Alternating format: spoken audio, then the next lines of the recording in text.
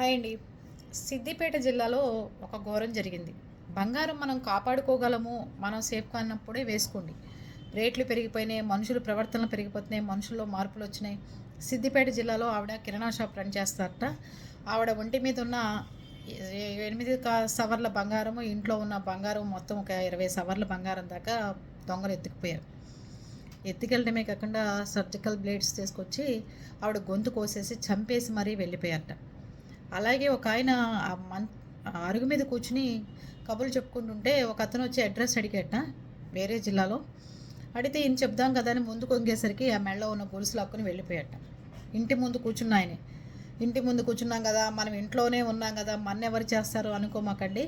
Business చేసే ladies మాత్రం చాలా అప్రమత్తంగా ఉండండి. మగవాళ్ళు కూడా చాలా అప్రమత్తంగా ఉంటేనే బంగారం ధరించండి. బంగారం ధరించిన దానికంటే ప్రాణాలు పోతున్నాయి. ఆలోచించండి. సిద్దిపేటలో మహిళకి పాపం మెడకే కోసేసి ఫోన్పే ద్వారా రూ. 21 అకౌంట్లో వేశారట. రూ. 20 థమ్సప్ బాటిల్, రూపాయి ఏదో ఒక్కబడో ఏదో కొనుక్కున్నట్టు వాడు. అది ఉత్తరప్రదేశ్కి సంబంధించిన వాడు ఎవడో నెంబర్ పడింది వాళ్ళ అబ్బాయి అకౌంట్లో. చూసారా పాపం బంగారం వల్ల ఎన్ని సమస్యలు.